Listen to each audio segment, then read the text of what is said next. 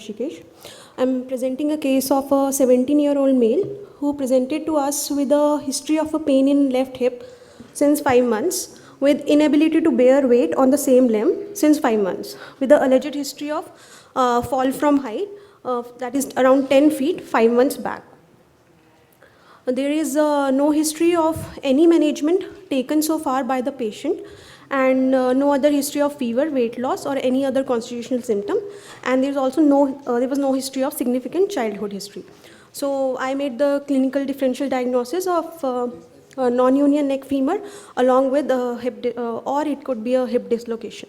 Then I went for examination, and the limb was in extension, abduction, and external rotation. The ASIS, patella, and the medial malleolus, they were a slightly higher level as compared to the opposite side, with no visible scar marks or swelling or any discoloration from front, side, or back. There was a visible shortening present on the left lower limb. On palpation, anterior joint line was present. Anterior joint line tenderness was present, and the femoral pulses were palpable and comparable to the opposite side. The distal pulses were palpable.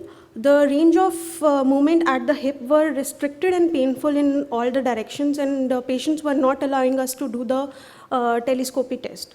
So after this, I was still not sure that it is dislocation or a neck femur fracture, but keeping in mind that there is anterior joint line tenderness, and I could not appreciate any swelling posteriorly or anteriorly, so the diagnosis in my mind was neck femur fracture.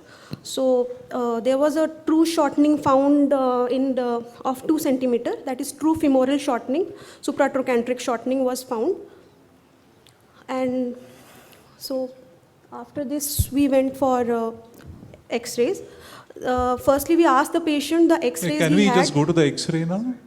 Yes, sir. The X-ray, can we go Yes, to the sir. X-ray? So this is the X-ray of the patient. That patient got done at a local hospital. Okay. At the time of the injury. The fresh X-ray, I mean, when you presented Yes, to sir. you? So this is the fresh X-ray, sir. We then got one X-ray in traction also. So these were the traction X-rays when the patient presented to us in March 2023. That is roughly around 9 months after the injury, Okay. sir. So the faculty and the delegates, any thoughts or any questions you would like to ask the delegate regarding the management of this particular fracture?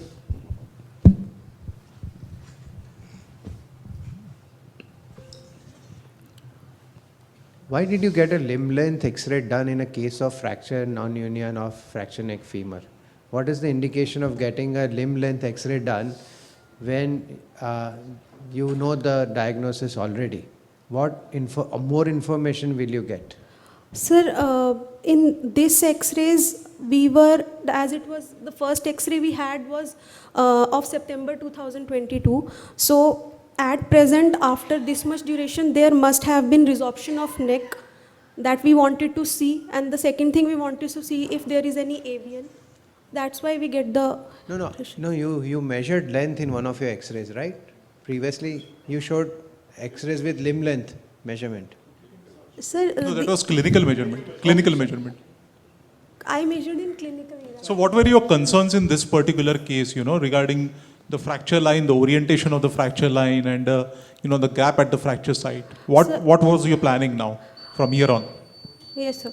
Sir, the first thing I could appreciate that there is a resorption of the neck that we could see. Then the second thing, that is there are some changes of avian, and patient also had pain. So we were concerned, our first concern, that the fracture line is very vertical. So there will be a lot of shear forces. So we wanted to correct the biomechanics of the hip. So can we go ahead with what you did with this case? Yes, sir.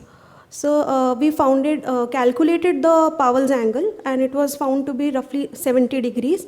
And then the next plan of ours was that we will go with a valgus osteotomy. Yeah, so can you show those X-rays? Yes, sir. So we did a valgus osteotomy with the angle blade plate in March 2023. And these were the C-arm images. These were the immediate post-operative X-rays.